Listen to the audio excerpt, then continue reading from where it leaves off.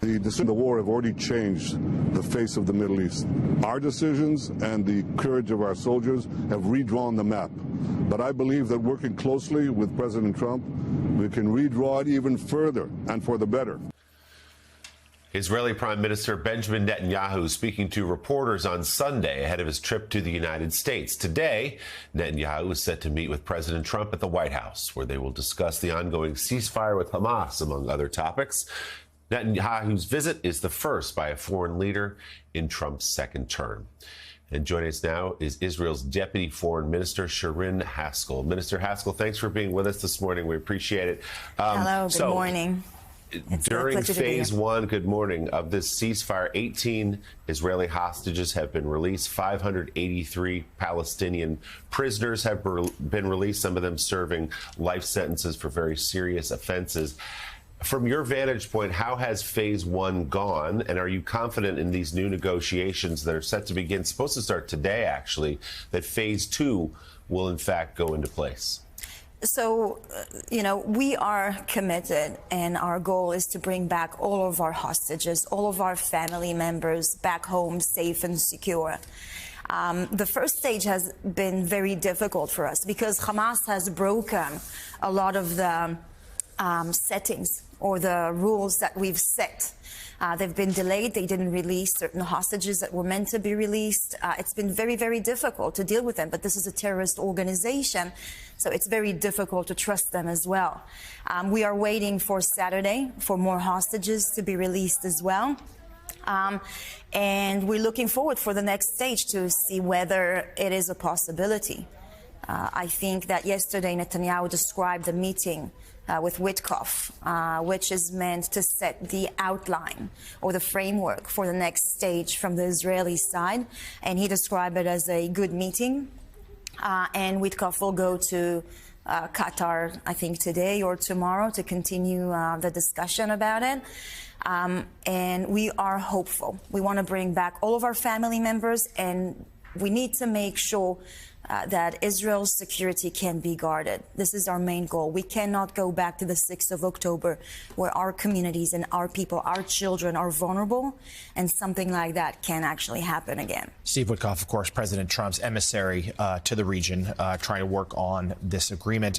President Trump, Prime Minister Netanyahu meet at the White House today. In fact, we'll hold a news conference later on around 5 o'clock. But President Trump yesterday told reporters, and I'll just quote him, he says, "I have no guarantees that the peace is going to hold," suggesting that the ceasefire indeed very fragile. What are the expectations from the Israeli government about whether indeed it will stay silent? So the biggest question is whether we are capable of guaranteeing the security of our country and our people. We are fighting a terrorist organization, a murderous one who committed crimes against humanity, raped little girls, burnt our grandparents, executed our sisters and our brothers. And we cannot go back to the 6th of October. We don't want a war. We don't want to fight. And if we can meet these expectations in diplomatic solution, we will do that. And I think that, Netanyahu is coming here is a great deal for us Israelis, because this is going to determine the next few years for us, but not just for Israel, for the entire Middle East.